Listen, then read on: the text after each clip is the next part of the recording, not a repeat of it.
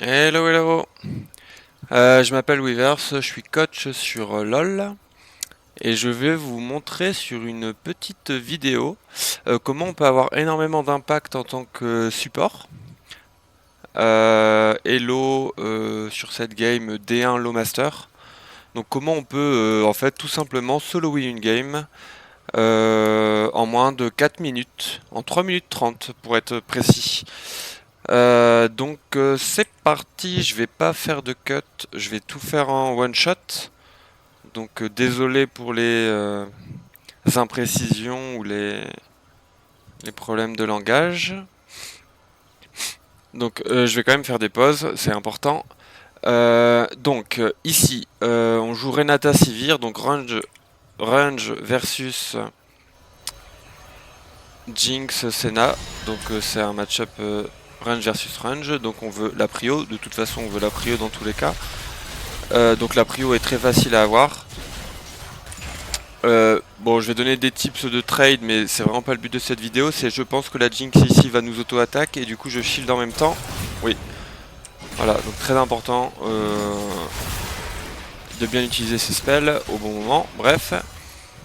D'un point de vue macro, on voit que le maître 8, donc notre jungler, fait un passing du top to bot, sera au bot pour jouer le carap à 3 minutes 30. C'est très important. De l'autre côté, nous on n'a aucune info sur le jungler, donc sur le Jarvan. Donc quand c'est comme ça, lorsqu'on le peut, ce qu'on veut faire c'est crash la deuxième wave, donc pas celle-là, celle d'après, pour pouvoir aller ward deep. Donc là en l'occurrence aller ward au niveau du bleu et du golem, pour avoir l'info du passing de Jarvan. Si les camps ne sont pas là, ça veut dire qu'il fait un passing bot to top. Si les camps sont là, ça veut dire qu'il fait un passing top to bot. Ok. Donc là, c'est vraiment ce qu'on veut. Donc la prio. Donc ce qu'on veut là, c'est crash 2, hein, pour résumer. Mais je vous explique aussi le pourquoi on veut le faire.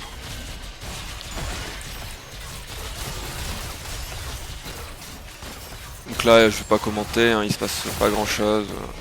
Juste on a la prio là. Hein. Donc là, il la split tranquillement. Ok. Là, la wave a crash. Qu'est-ce qu'on veut? On veut pas aller leur faire des bisous sous la tour, ça nous intéresse pas. Ce qu'on veut faire, c'est aller ward deep. Donc aller ward au bleu. La ward tribush ne sert à rien non plus. Elle donne aucune info. Et en plus, c'est pas un time. Enfin, si, ça pourrait être un timing gank de 3 camps gank bot. Mais perso. Enfin, non.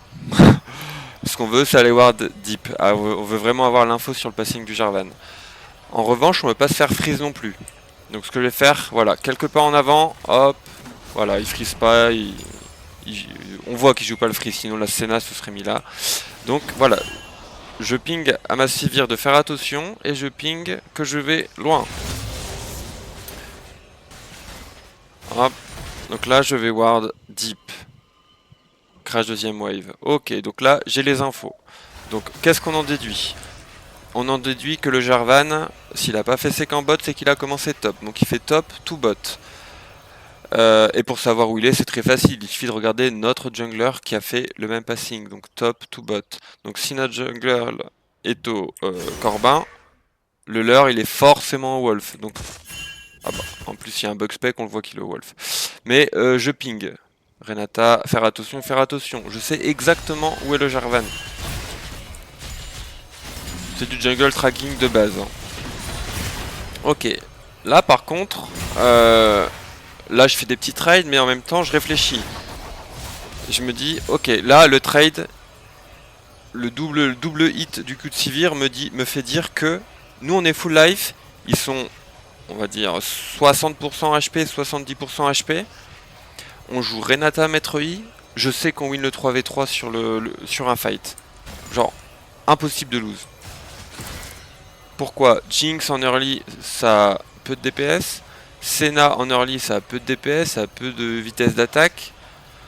Et le combo Maître I Renata est juste trop fort parce que à 3 minutes 30 pour le fight Carap, on sera level 3 au bot. Ça veut dire que j'aurai mon W que actuellement je n'ai pas.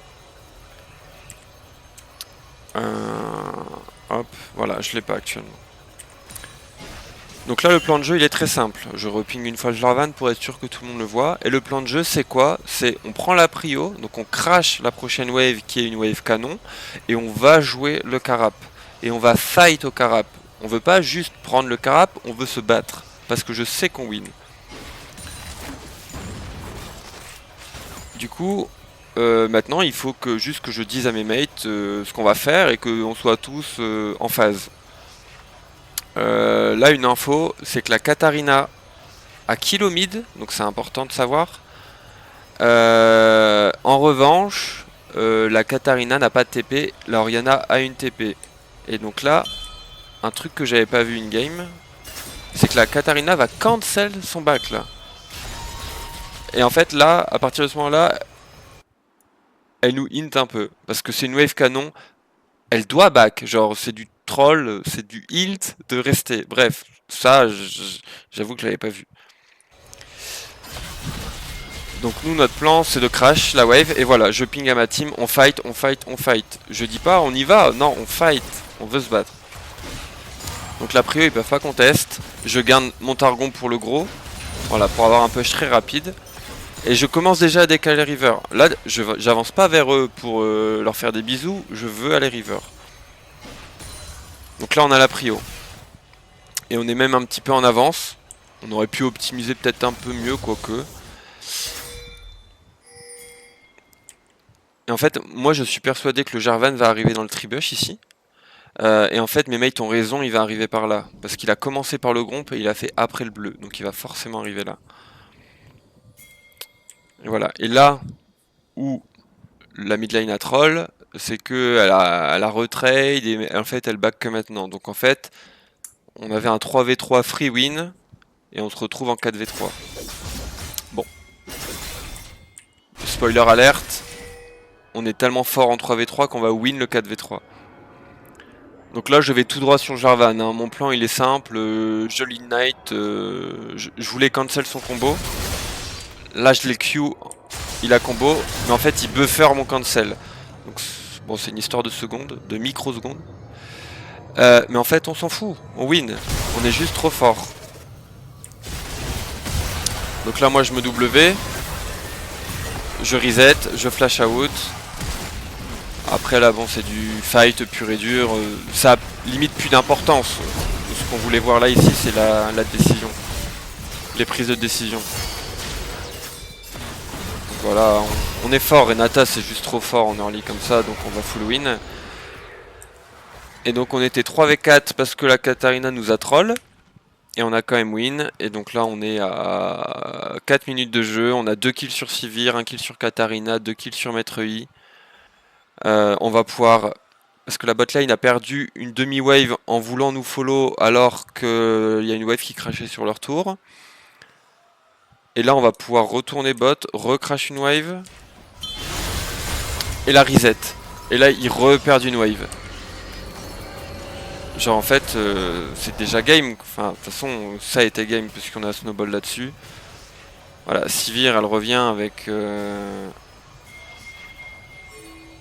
avec une BF, une dague versus un frond. Enfin, la game est win parce que derrière le Maître Yi, il a eu pu back. Il est full item le Maître Yi déjà. Il vient, il conteste le carap, il met le Jarvan.